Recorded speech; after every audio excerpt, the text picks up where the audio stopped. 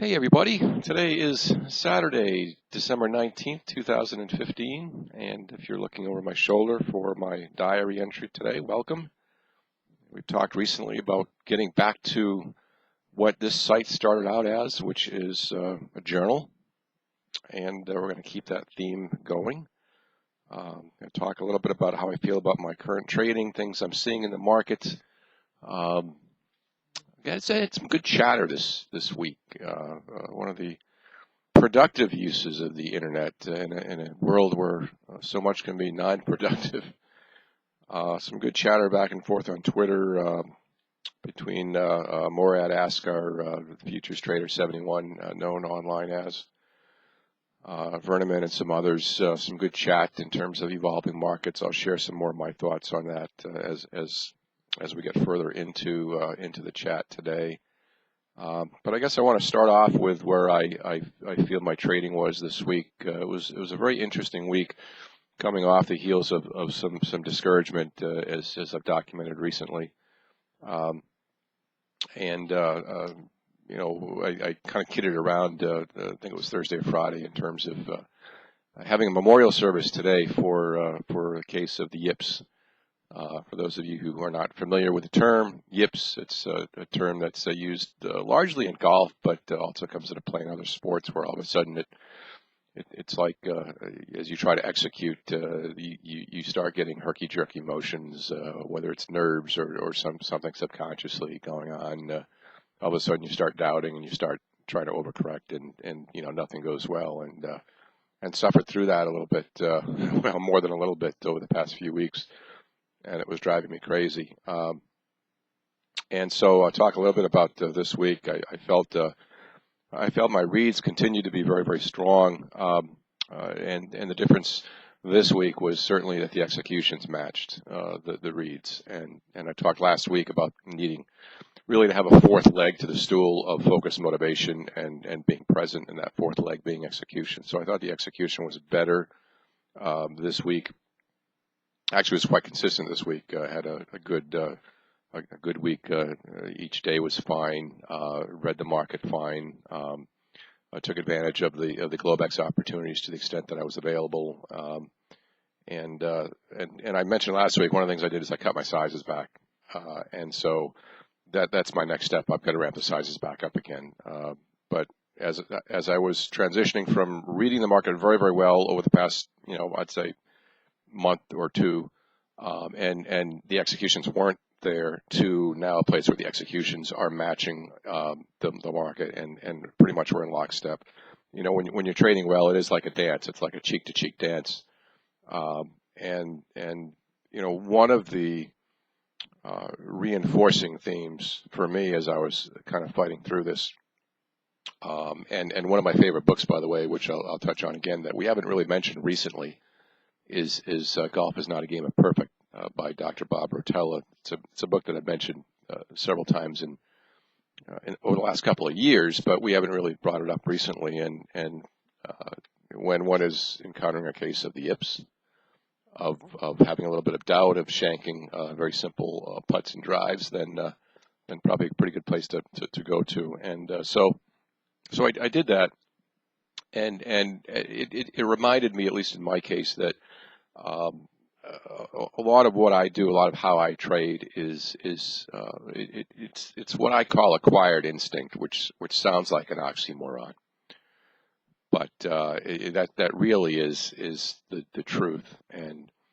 it's hard to explain sometimes. It's hard to put into words, even as a teacher, in terms of what exactly is happening at any given point in time, in order to get you to align yourself with the market, because over time it does become somewhat instinctive. And what was happening to a large degree with my trading game was that I was moving away from that instinct. I was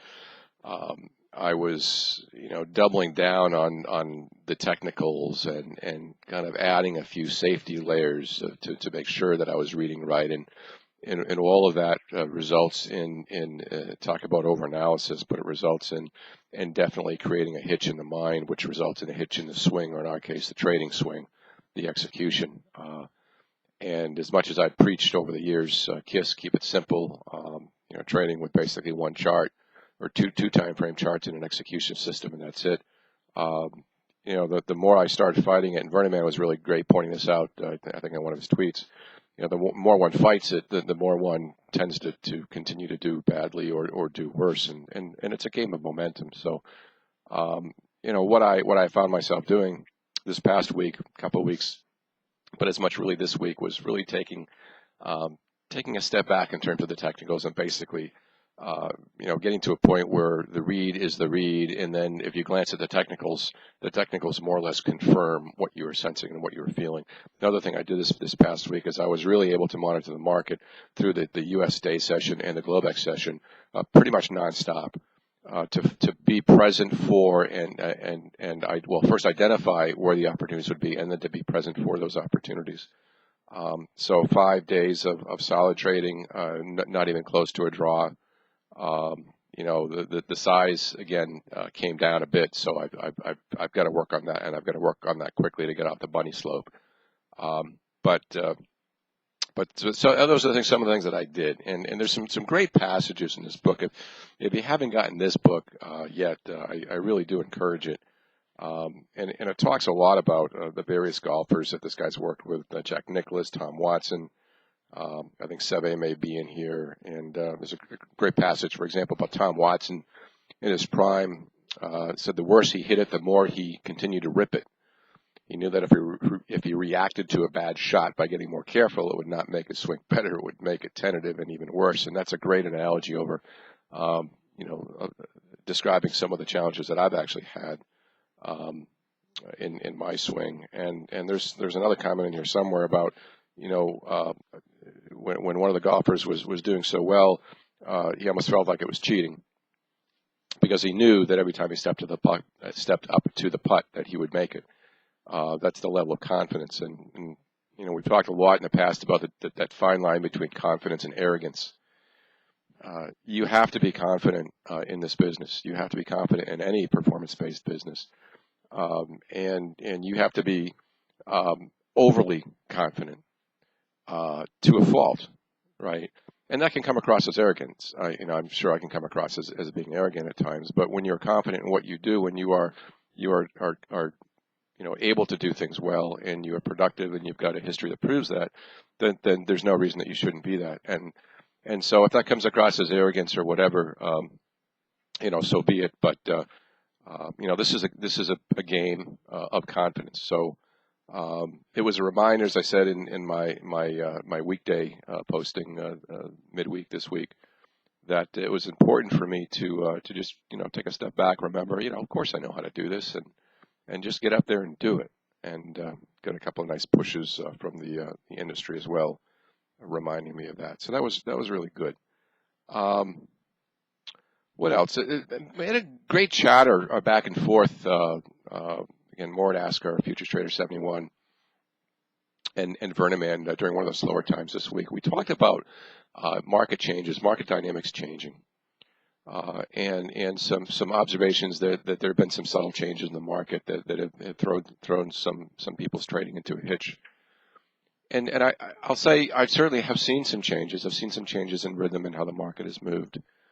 However, for me, the larger issue is that the market is really always changing to some extent, and it's our job to identify those changes and to align with the changes, which is why I often believe that if you are on your game and you have the mental capability, then you are able to adapt to market changes much faster than black boxes or gray boxes that will typically experience a period of draw before they finally catch up to the dynamic change. Whereas if we recognize the change with our human minds quickly enough, then we can adapt and align with it. And so our fault would be if we can't align or can't identify it, and we're experiencing our draws to nip that draw in the bud, and plow forward and adapt and do fine and align with what we're seeing. So I really don't see a whole lot of differences. I certainly do see some rhythms, staring at the screen almost nonstop, US day session, Globex session, in terms of the power of some of the moves, the lack of oscillations as the move is happening. Some people refer to it as a dog pile, in and out.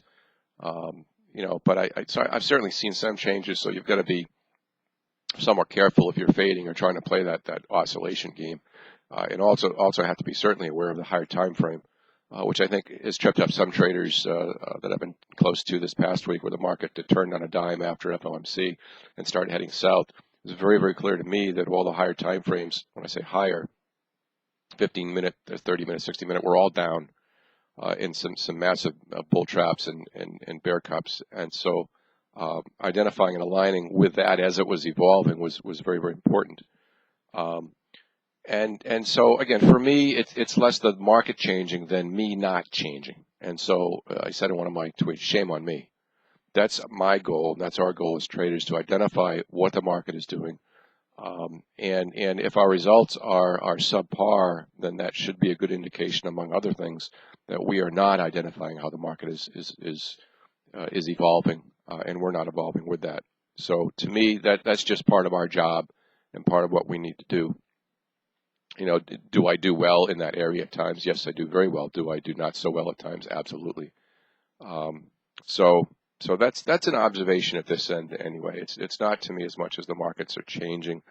Some maybe subtle changes in rhythms, but it's really like a golfer on a putting green, reading the green, and the hole placement's going to be different each day during the tournament. So that's where there's a very strong analogy between trading and golf, and that's really how I would define a successful trader, which is the ability to read that day's green. Based on where the hole is, where the target is, where the ball landed, which is analogous to where we are entering the trading day. Okay, the ball has landed, the hole's over here. How do we navigate that? Okay, and that's the nature of this job. And with time and experience, you should get better at that as this game progresses.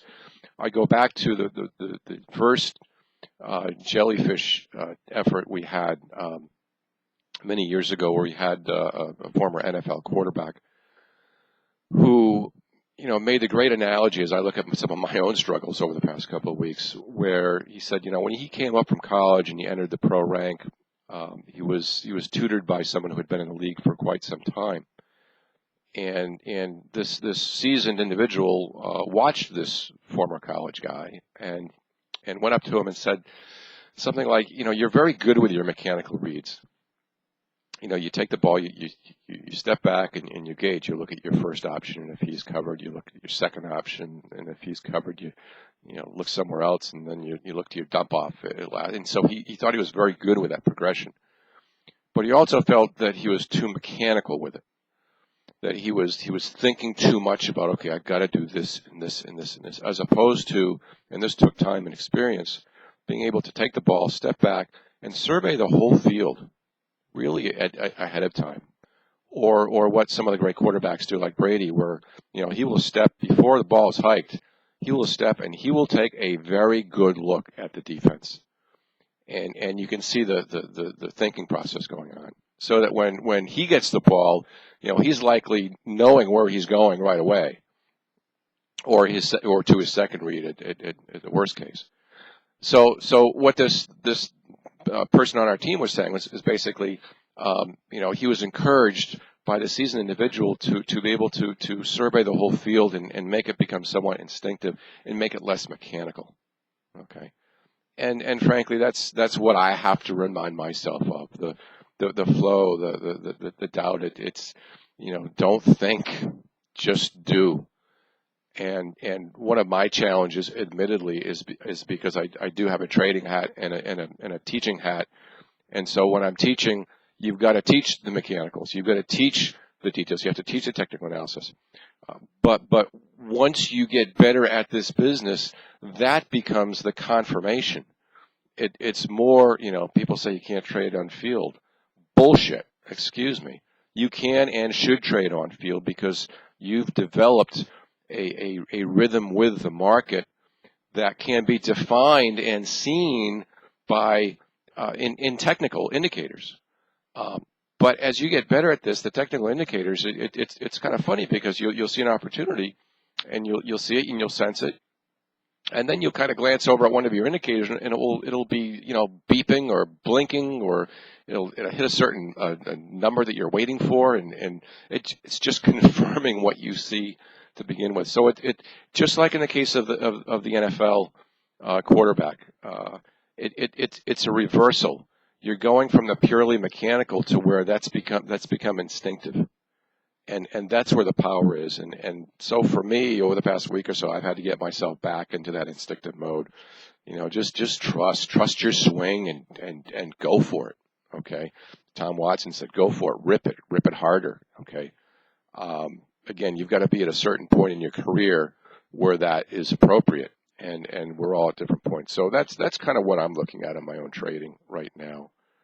A great article, by the way, that I just came back. We saw The Force Awakens, the Star Wars movie, this morning.